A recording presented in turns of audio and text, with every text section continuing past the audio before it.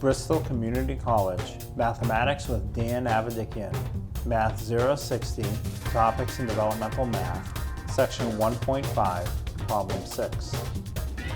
This is Section 1.5, Problem 6.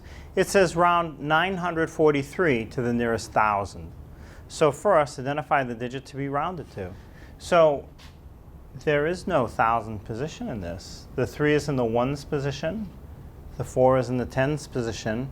The 9 is in the hundreds position. And there is no thousands position. So for a case like this, what we can do is just put a 0 in front, and that 0 becomes a thousands position. And now it's done exactly the same way.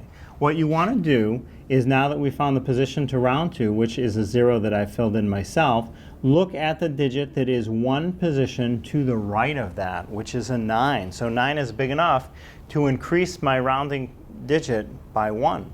So from a 0, it goes up to a 1, and everything after it turns into a 0.